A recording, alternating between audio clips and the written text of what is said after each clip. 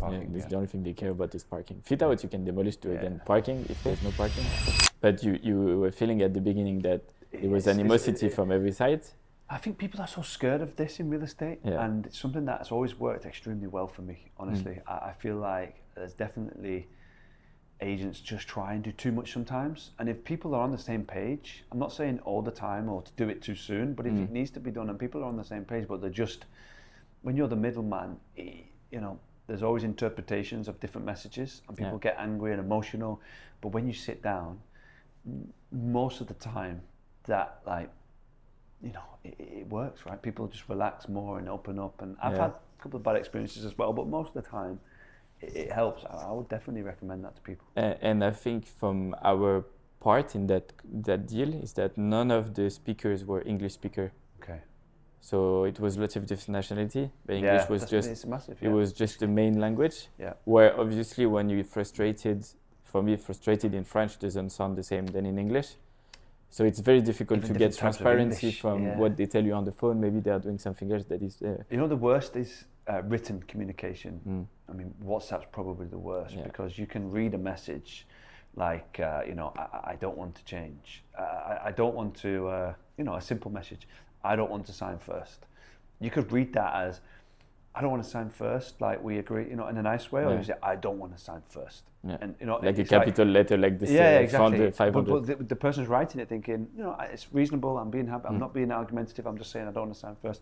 The other guy is reading the message and it's like, you know, this guy is not negotiating, he's being difficult, I don't like him, I'm not going to. So to everyone, always meet in person. Everything you agree, try to put it on writing for later. Because this is friendly conversation, but you need to have some kind of pinpoints or minutes of the meeting, otherwise you just waste your time. 100%. And now there's so many AI tools. Have you tried using AI tools? No. You've got to do it, honestly. Okay. You'll be blown away. You could just have your phone recording. There's apps which we'll show you later, and it knows the different voices. Okay. So after the call, it will summarize what you said, what I said, put it into a transcript. You still need to read through and just make sure it's picked up on the right things. But it's incredibly good, and it's like having an assistant that's taking your minutes. It's like, I think for me, especially living in this country for so long, it's all those privacy and confidentiality content. Yeah, true. So these conversations are all private. They get uploaded, I don't know where, who has access to it, because sometimes you have some very private conversation that shouldn't be listened, and it's, you know, if the guy knows that someone is listening, even if it's a computer. True. You know, True. For me, it's all this because we are all fighting the same thing, which is the leak of confidential information and data and all this no privacy here in Dubai. So this is like opening another gate of, you know, delegate, but to who? This is why I'm a bit reluctant on the AI. Yeah, I can say it depends on certain conversations, but I think in a lot of instances it will help them. It will help, but not regulated so far. So let's see. Yeah, let's see. Give me some inside information. So what areas are you seeing now in terms of, is there anywhere that's under the radar that you think is a really good area for commercial if people are looking? I mean, there's a lot of demand and not a lot of availability, right? So what we see is there were some plots that have been on hold for quite some time, like we're talking about decades old, that are being developed now. Obviously, with people looking at probably finally making money out of their commercial investment, because whatever you were building before, it's not that you wouldn't make money, but you would have to self-fund the building and then rent it to yourself. Because if you do that to sell it, people were not buying offices. There was so much available that people would say, better buy something ready today. Why is that? Because it's when it was 2008, 9, 10, there were insufficient offices. The company numbers were, it's like today. The demand was higher than the offer, price went up. So they started to say, okay, we need to release it on the market. That's when they launched Business Bay and all these places to have 200 towers commercial. They didn't do it. So now obviously the plan is still the same of this city growing, but the lack of offices. So from 2015 to 22, 23, there was no new building for sale, except the one that are built to be leased out by the owner. You know, like ICD, like Zabil, few towers in Business Bay here and there. So most of the developer, they were, okay, I have this plot, I cannot sell it to anyone because no one is interested to buy it. I cannot develop it because it's too much to invest. And they paid the plot back in the day, so it's not 2020 price. It was like a lot of money. Yeah.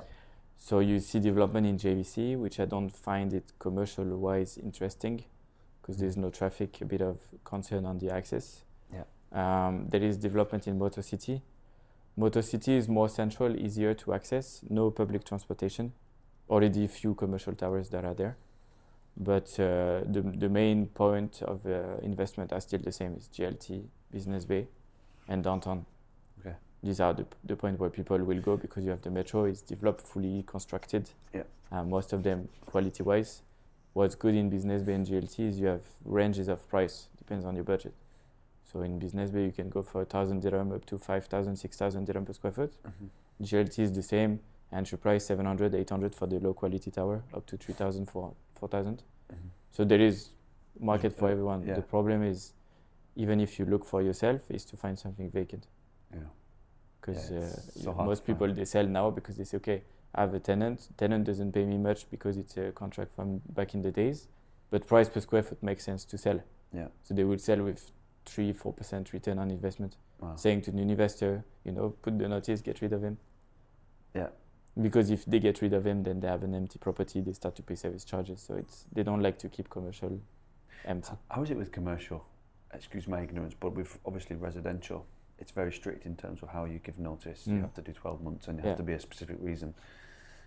Is exactly the same? same. So surprisingly, it's exactly the same. Yeah. So you can't just sell because you want a higher rent. You've got to, okay. But so for some of the tenants, we do specific clauses that the landlord cannot give 12 months notice. This 12 months notice will be active towards the end of the contract. So let's say you sign for 5 years, it's to protect the tenant. If you sign for 5 years at a Shenango office where you spend a lot of money on the capex on behalf of the owner, because at the end he gets it back, you cannot say, okay, I'm the owner, finish the fit out, completion certificate in hand, okay, bye-bye, and rent to someone else or sell. It's not fair. Because so to do that we do that, but they keep on saying that there will be a commercial law, which I hope will come, because as your question is very interesting, is that it should be different because it's not the same market. Yeah, that's what I was thinking. And the dynamics are completely different. Yeah, and the business address is something very important for businesses, a bit less for offices, but if you've been 20 years in the same address, somehow that address is valuable to you. Your suppliers, they know you, your vendors, they know you. The government, everyone, the employees, employees, they will say, oh, if you change tower, I need to take more bus, I need to leave home earlier. There's no parking anymore. Parking is, it's like all this. You're in the comfort zone and you have to move. Yeah. And most people move these days to reduce the exposure on the rent. Yeah. So they go inland because here it's getting too expensive for what they do. Yeah. So it's lots of microeconomics towards the change of the office that are involved. And is there anything specific that you're seeing now that tenants want more of the parking? It's the only thing they care about is parking. Fit out you can demolish to again. Parking, if there's no parking. Really? Yeah. Access they don't bother. It's okay. Business Bay, it's like it's not fluid in the morning. It's fine. But if they cannot park, and now increase of parking rate for RTA. There is one parking that is funny. If you go behind Single Business Tower, so next to JW Marriott, that parking was 5 dirham an hour. It's the RTA? It's outside. No, it's a private parking, land empty, with the park on it. 5 dirham an hour, it was 4 months ago. Now that they increased the new parking, how much do you think it is per hour? From 5 per hour, I don't know, double? 20. So you pay 20 dirham per hour for an outside parking where it's not shaded, so your car is just melting in the sun. You get no specific service, and there's no RTA parking. So it's like they force you to go and pay this, and they make a lot of money because the street parking is 8 dirham per hour now on the high, whatever premium time that they charge, but you don't find it.